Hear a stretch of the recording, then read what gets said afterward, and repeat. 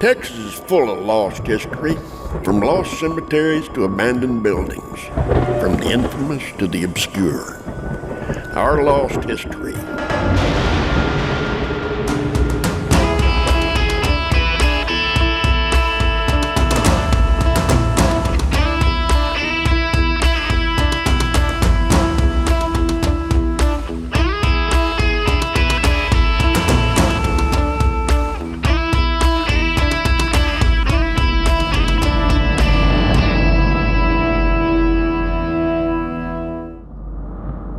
When you tour as many old, abandoned buildings as we do on Expedition Texas, you're bound to hear a good ghost story or two.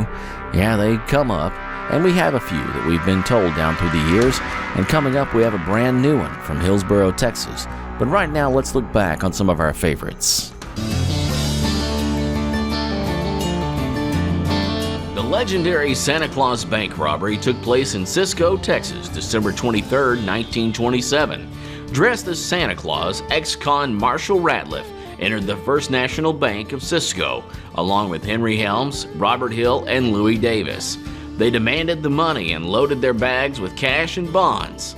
Police were alerted and quickly converged on the bank.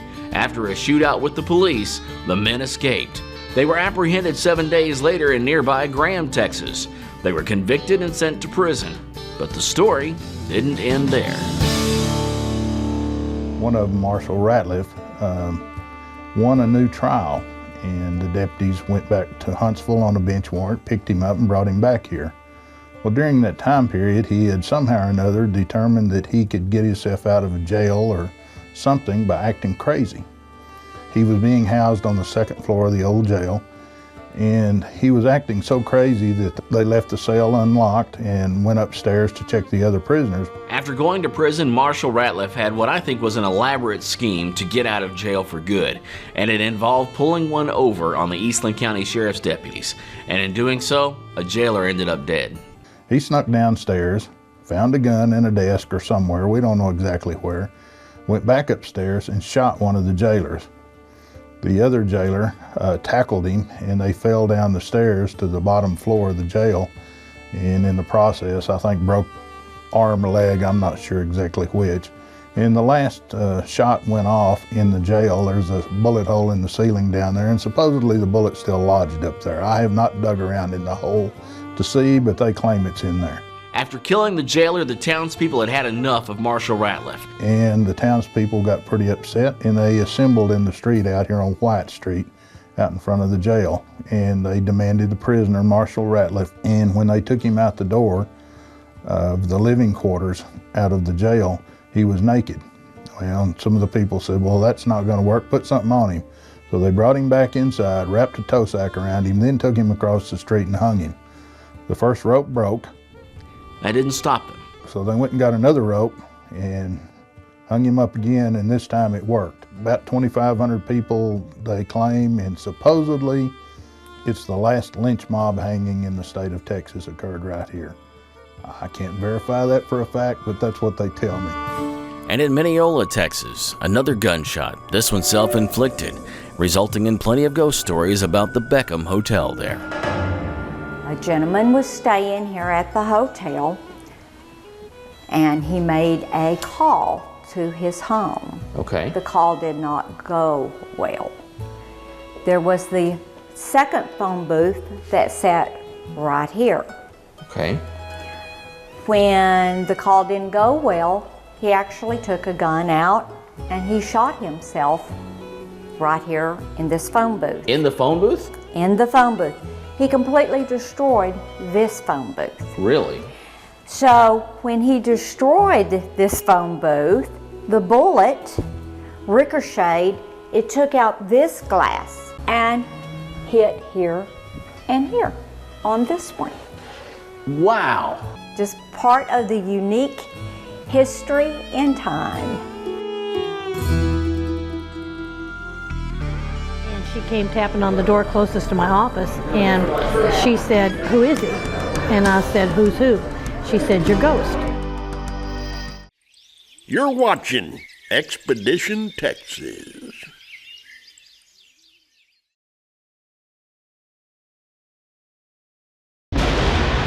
It's an Expedition Texas Halloween. We've looked at some murderously spooky expeditions from the past, but in the small town of Hillsboro, Texas, our producer, Chris Moore, tells us that we just might find our best fright yet. To find out more, we've met up with Chris at the Plaid Turtle, a local hangout on the square in downtown Hillsboro. All right, man. What have you gotten me into this time? Well, I've got a cool story. Okay, so this involves me coming to Hillsboro and you being the guide. So I'm kind of wondering what's your part in this thing? Well, my office is in Historic City Hall, and we have a floor above us. It's a 2-story building, and we've just got some legends about who lives above us. Who lives above you? Now, you keep saying legends about who lives above you. What do you mean? Believe it or not, we have a little paranormal person named Harvey. Gators aren't afraid of anything, alive or dead. Okay, so who is Harvey? Harvey was a fireman for the city of Hillsboro in 1906 who was killed in an accident while driving the horse cart at the time. Really? And legend says he never really has left our building. So now, is Harvey a ghost that wants you guys out of there, or is he a friendly spirit? He is a friendly spirit. Real? Okay, that's good. Our building was once the fire station for the city of Hillsboro. Now, it actually was built in 1909, and I know probably your first question is, well, Harvey died in 1906. How in the world is he connected to this one? We really don't know. Okay. He just found a way over to our building, I guess, because it was still the fire station in 1909. Those firemen are a dedicated bunch. They are. But Chris didn't expect me to take just his word for it. He brought along a coworker who's seen a lot more than he has. Bart, this is Bob. Have you met Bob?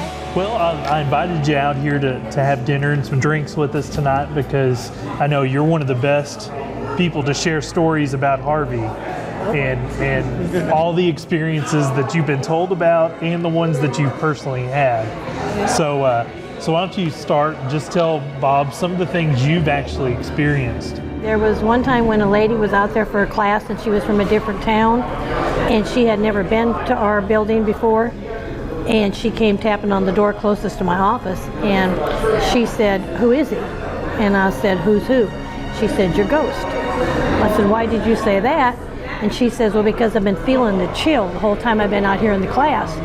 But she says, "I went in to use the ladies' room before I was left," and she says he was standing there in the ladies' room. Oh. In full uniform. Oh. And I said, "Well, what did you do?" And she said, "I just yelled at him, 'Go away,' and he kind of just disintegrated." Wow. And so I asked her to follow me up front, and we do have a picture of Harvey up front in the office where she had never been before. And she got about halfway into the doorway and she just points at the picture and goes, "Well, that's him, you know." Barb had plenty of stories about Harvey the Ghost, who haunts City Hall in Hillsboro. But first, it was time to meet the owners of the Plaid Turtle and order a little food. Oh, hey, Justin. Hey, Chris. Justin, this is Bob. Hey, Justin, how's it going, man? I was just bragging on your restaurant with him, so he wanted to learn a little bit more, so I thought I'd introduce you guys. Tell me about this place. I love it. Well, thank you for coming in. It's just been my dream to always have my own little bar, and why not Hillsboro? Why not bring good craft beer to Hillsboro, Texas? This is what me and my wife just wanted to do. So we have 32 beers on tap, over 20 different Texas wines to serve, and a lot of good food. Lots of good food is an understatement. That's Jennifer the waitress, and these are my wings. While I was checking out all the great food on the table, Chris used it as an opportunity to take over the show. Chris, you got to check out what my wife does over at the Flirty Turtle. Oh, I'd love to see that. I know it's an exciting thing over there. So Kim, you want to show us that? Sure, yeah. I like this. So Thank you. Tell me a little bit about what made you decide to open up the wine bar. Well, we have the craft beers on the other side, and we knew we wanted to do wine, and we felt like it would be a better fitting situation to be over here with the lighting being a little bit different and the mood a little bit more relaxed. And we wanted to focus on a few vineyards that we knew that were local, that would be, or within Texas, it would be not easy to find at the grocery store or just regular liquor stores. Wow, nice hosting there, Chris. Be sure to check out the Plaid Turtle and the Flirty Turtle next time you're in Hillsboro. Coming up next, I'm going to take the show back over, and we're going to head downtown to see if we can find the ghost of Harvey the fireman. Killed in the hose cart wreck, 1906. That's it. It's Halloween with Expedition Texas. We're in Hillsboro, Texas, where our producer tells us of a ghost that haunts the second floor of his day job at City Hall. Chris has told us about Kid Harvey, a fireman who lost his life when the horse-drawn fire cart he was driving turned over and crushed him. Although the building he supposedly haunts is now City Hall, long ago it was a fire station, one that Harvey still loves to visit. We're going there to meet Harvey shortly, but first Chris is going to take us to the very intersection where Harvey lost his life in 1906. It'll look a little different now, but we're going to find it. All right, Bob, so what I'm doing now is I'm taking you to the famous Line and Hedge Street intersection. So where we're walking right now would be where Harvey was turning the cart Off of that road onto this road. Right, he was turning off of Line onto Hedge. And so as he turned, right about here is where the cart would have overturned. So Harvey actually lost his life somewhere in this vicinity right here. The area where we're standing. Right. He's not going to be happy with us when we get to City Hall. Probably not. Of course, no Halloween episode is complete without a nighttime trip to the graveyard, and that's exactly what we're going to do to find the grave of Kid Harvey.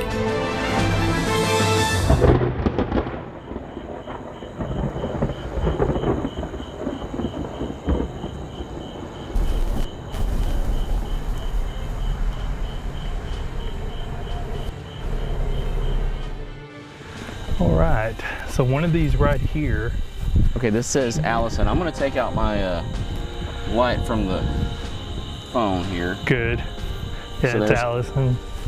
And from what I understand, it's a bigger there. Here's a tombstone. big one here. Thompson. This is Thompson. Harvey. What does that say? Harvey? Is that the right Harvey? I don't then? know. There's two. That's him.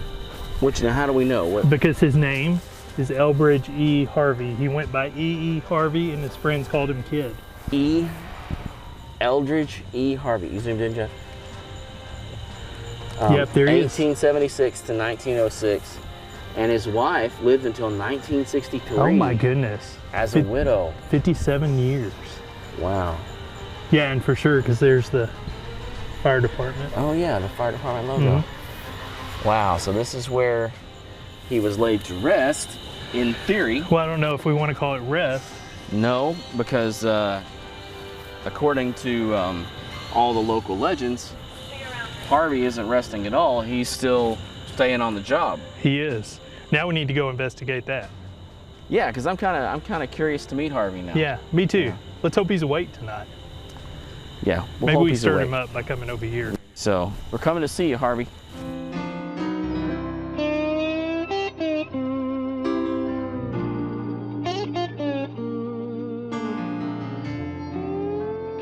All right, Bob, you know this room well. You've been here a couple of times, but It's your office. I've never shown you everything. In fact, right here's Harvey right as soon as you walk into my office. Awesome. Kid, they called him. Yeah. Harvey, driver, hose cart, killed in the hose cart wreck, 1906. That's it. Yeah, absolutely. June 14th. Wow. Yeah, he was killed at the intersection of Line and Hedge Streets, and the cart rolled over and essentially smashed his head. Well, So- he seems to have a friendly face. He does. He does. And you say he's friendly, so there's nothing really to worry about. I don't think we have to worry. Right, and because this was originally the fire station, Right.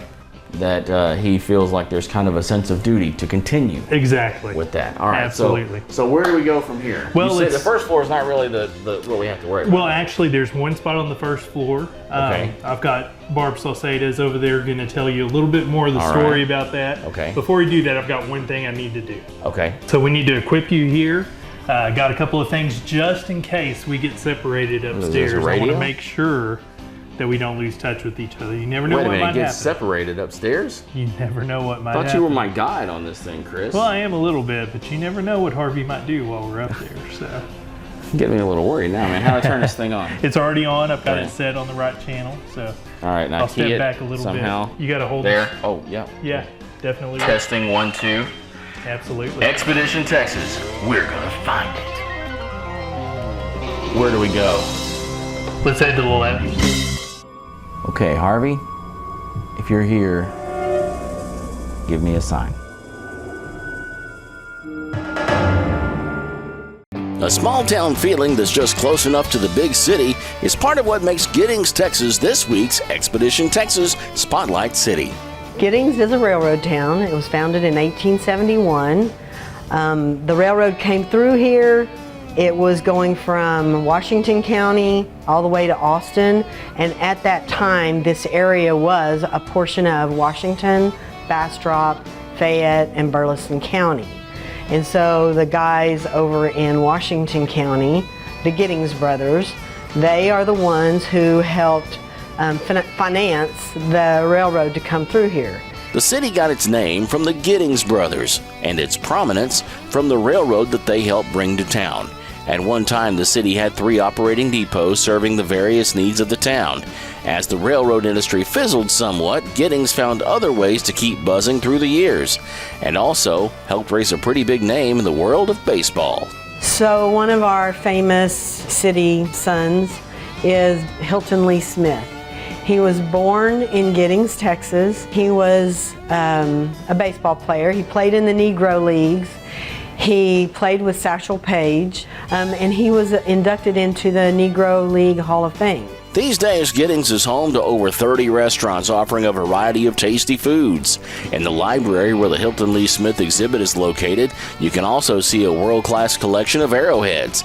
And if you know where to look, a variety of murals around town. There were murals that were painted, and we have one of Otis Dozier's beautiful murals in our U.S. Post Office. During the Depression, they were keeping people busy, and so that was one of the ways they did that.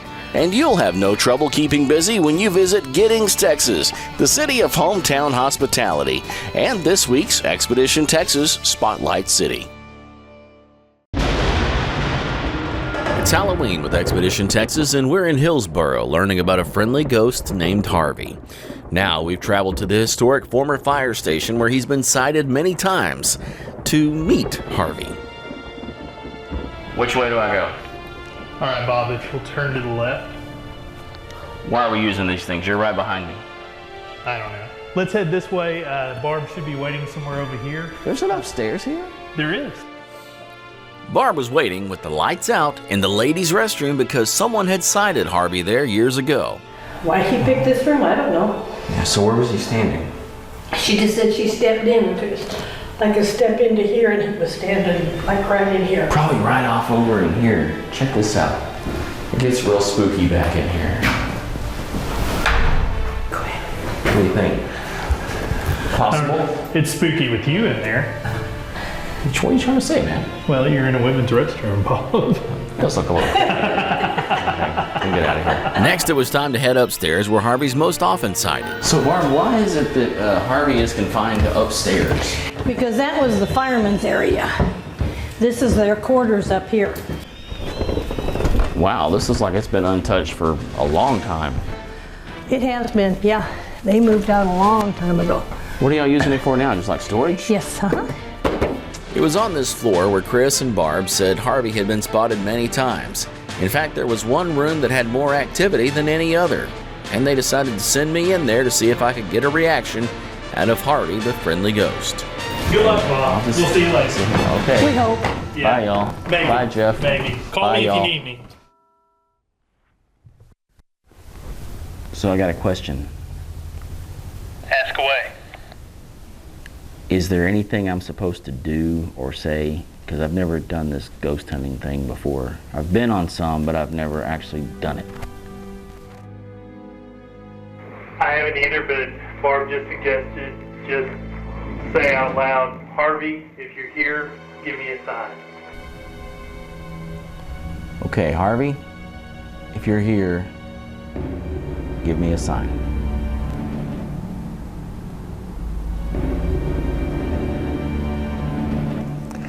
I tried what you suggested, and the only thing that I've noticed really is it seems like the lights dim and come back up. Most likely, Bob, what you're seeing is the flag flapping in front of the light, most likely. Chris's logic made sense, but I wanted to put him in the chair and let him check it out for himself. And he saw the exact same thing. And then I asked immediately after it did, it went back to full power, and I said, Harvey, if that was you, will you do it again? And as soon as I said that, it happened again. Oh, that's cool. So we may or may not have had an encounter with the ghost of Kid Harvey. So we decided to explore some other rooms where other folks have said they've seen him. It was getting late, so we decided to wrap up our tour of the old fire station. Well, I appreciate y'all taking time to show me around City Hall and introduce me to your friend Harvey. That was awesome. Absolutely. Well, I don't want you to go away empty-handed. Okay. We were talking earlier at the restaurant about the unique way they covered stories like this back in the day. So we actually have some copies of the original newspaper articles about Harvey that we want you to take with you. Nice. That way you can have those. Absolutely. So that's cool. You even get his picture. Horrible accident. I even get his picture and Kid Harvey and all of the gory details. You do. You get every bit of it. When you go to read it, it goes like this, and then this, and then back, and then there. No idea why that is. Yeah. Who knows? Yeah. Oh, yes. But at least you numbered them for me, 1, 3, 2, 4. I did, because I know you have a hard time following directions, so. Thanks, Chris. I will see you on the next expedition. Yeah, I'll wait for that car. You're going to start staying behind the camera. You're good there. All right. Thank you, Bob, for showing us around, Barb. No problem. All right. Appreciate it.